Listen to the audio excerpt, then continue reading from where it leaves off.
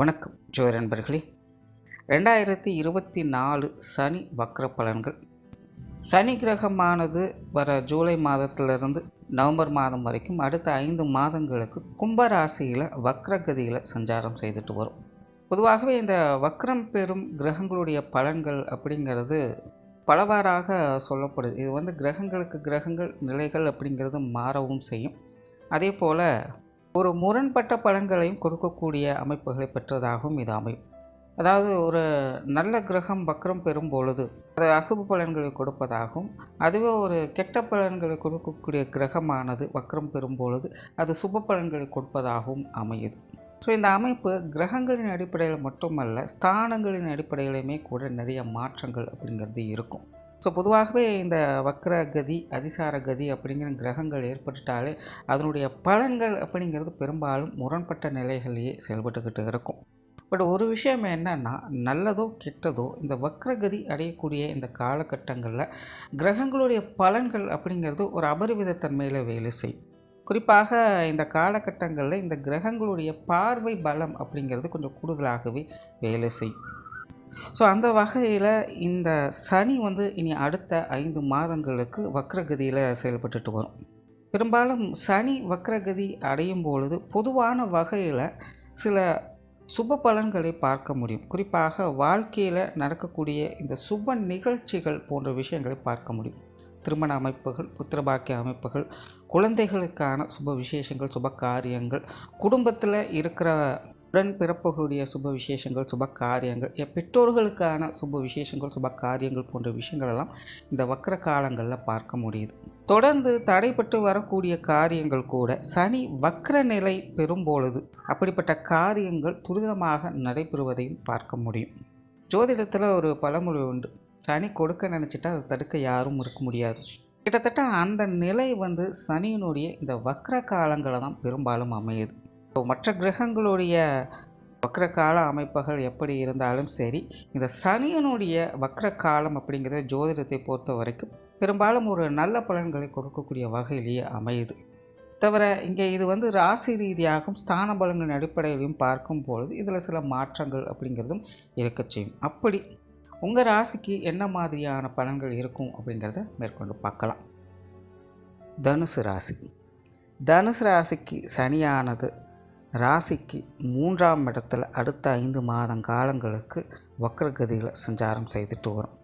So சனியினுடைய இந்த வக்ர காலம் என்பது தனுசு ராசியை பொறுத்த வரைக்கும் ஒரு மாதிரியான மந்தமான பலன்களையே கொடுக்கும் அப்படின்னு சொல்லலாம். அதாவது நாரதர் கழகம் நன்மையில் முடியும் அப்படின்னு சொல்லுவாங்க. அந்த மாதிரி தனுசு ராசிக்காரங்களுக்கு இந்த சனியினுடைய வக்ர காலகட்டம் என்பது விஷயங்கள், காரியங்கள் வகையில் பெரும்பாலும் ஒரு சங்கடமான சூழ்நிலைகளோ அல்லது கஷ்டமான சூழ்நிலைகளோ அதிகமாக இருக்கும். எதையும் எடுத்தோன்னு முடிக்க முடியாது. பல விஷயங்களில் பேச்சுவார்த்தைகள் கொஞ்சம் கான்ட்ரவர்சியாகவும் அமையும். யாரையும் எதையும் சமாதானப்படுத்தவும் முடியாது. நெருங்கி பழகி கொண்டு இருக்கவங்க கூட கொஞ்சம் மனஸ்தாபங்களை ஏற்படுத்தக்கூடிய வகையில் சில விஷயங்கள், காரியங்களில் இறங்குவாங்க. பட் இருந்தாலுமே இவை அனைத்துமே உங்களுக்கு சாதகமான நிலைகளாக முடிவில் மாற்றப்படும். அதாவது தனுசு ராசிக்காரங்களை பொறுத்த வரைக்கும் இப்போ தான் இந்த 7.5 சனி அப்படிங்கிற நிலையிலேருந்து கொஞ்சம் விடுபட்டு வெளில வந்திருக்காங்க. பட் விடுபட்டு வெளியே வந்தாலும் கூட தனுசு ராசிக்காரர்களுடைய பொதுவான நிலை அப்படின்னு பார்க்கும்பொழுது கொஞ்சம் மந்தமான சூழ்நிலைகள் தான் இருக்குது. அதுவும் இப்போ சமீபகாலமாக பார்க்கும்பொழுது தனுசு ராசிக்காரர்களுடைய நிலை கொஞ்சம் ஏனோதானோ அப்படின்னு தான் போய்கிட்டு இருக்குது. இடைப்பட்ட பகுதிகளில் கூட தனுசு ராசிக்காரங்க கொஞ்சம் உற்சாகத்தோடும் கலகலப்போடும் வாழ்க்கையில் சில முன்னேற்றம் தரக்கூடிய அமைப்புகளையும் பார்த்து வந்தாங்க. ஆனால் இப்போது சமீபகாலமாக தனுசு ராசிக்காரருடைய நிலை அப்படிங்கிறது கொஞ்சம் மேட்டிக்கு போட்டியான சூழ்நிலைகளோடு தான் வாழ்க்கையின் நிலை அப்படிங்கிறது போய்கிட்டு இருக்கும். உண்மையிலேயே தன்னுடைய உண்மையான நிலை என்ன, தனக்கு உண்மையானவங்க யார் என்ன அப்படிங்கிறது புரியாமல் ஒரு குழப்பத்தில் தான் தனுசு ராசிக்காரங்க இன்றைக்கும் இருந்து வர்றாங்க. ஸோ அந்த மாதிரியான குழப்பங்களை தீர்த்து வைக்கக்கூடிய அமைப்புகளில் இந்த சனியுடைய வக்ர காலகட்டம் என்பது அமையும். ஸோ அதுதான் முன்னாடி சொன்னது, நாரதர் கழகம் நன்மையில் முடியும் அப்படிங்கிற மாதிரி உங்களுடைய விஷயங்கள், காரியங்கள் அல்லது உங்களோட நெருங்கி பழகு வரக்கூடியவங்க அனைத்துமே பார்த்திங்கன்னா ஒரு இக்கட்டான சூழ்நிலைகள் போல் அது தென்படலாம். பட் அது உங்களுடைய உண்மைத்தன்மை என்ன அப்படிங்கிறது புரிய வைக்கக்கூடிய அமைப்புகளை தான் அது செயல்படும். ஆகையினால் தனுசு ராசிக்காரங்க இந்த காலகட்டங்களில் கடைபிடிக்க வேண்டியது பொறுமை, நிதானம் மட்டும்தான். உண்மையிலே நீங்கள் எதையுமே செய்ய வேண்டாம், வெறுமனே இருந்து வேடிக்கை பார்த்தால் மட்டும் போதும். ஏன்னா இந்த காலகட்டங்களில் நீங்களாக முயற்சி செஞ்சு எதையும் செயல்படுத்தவும் முடியாது. ஏதாவது ஒரு முட்டுக்கட்டைகளாக, ஏதாவது ஒரு விஷயங்கள், காரியங்கள் தொந்தரவுகளாகத்தான் இருக்கும். ஸோ பெரும்பாலும் வழக்கமான விஷயங்களை சுகிர்ந்து கொண்டு வெறுமனே உங்களை சுற்றி நடக்கக்கூடிய விஷயங்களை வேடிக்கை பார்த்து அமைதியாக இருந்து வந்தாலே போதும். முடிவுகளில் உண்மை தன்மை என்ன அப்படிங்கிறது உங்களுக்கு புரிய வச்சு உங்களுக்கான நன்மைகளை இந்த சனியினுடைய வக்ர காலம் என்பது வழங்கும். குறிப்பாக குடும்ப விஷயங்கள், காரியங்களில் இந்த காலகட்டங்களில் தனுசு ராசிக்காரங்க கொஞ்சம் கவனமாக இருப்பது நல்லது.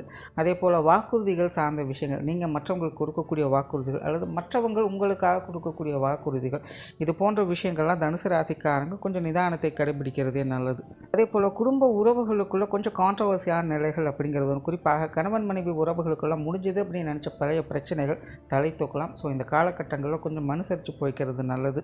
தொழில் வேலை உத்தியோக ரீதியாக சிலருக்கு இடமாற்றங்கள் போன்ற விஷயங்கள் அமையப்பெறலாம். இருந்தபோதும் பெரிய அளவில் எந்த ஒரு எதிர்பார்ப்பும் இல்லாமல் செயல்பட்டு வருவது உங்களுக்கு நன்மையை பயக்கும். ஸோ ஓவராலாக இந்த சனியினுடைய வக்ர காலகட்டம் என்பது தனுசு ராசிக்காரர்களை பொறுத்த வரைக்கும் அமைதியாக வெறுமனே வேடிக்கை பார்க்கக்கூடிய ஒரு காலகட்டமாகவே அமையுது. ஆனால் நடப்பதெல்லாம் நன்மைக்கே அப்படிங்கிற விஷயத்தை நீங்கள் உணர்ந்து கொண்டால் போதும். இந்த காலகட்டம் என்பது உங்களுக்கு அனைத்து வகையிலும் சகாயங்களையும் ஆதாயங்களையும் வழங்கக்கூடும். நன்றி, வணக்கம், வாழ்க வளமுடன்.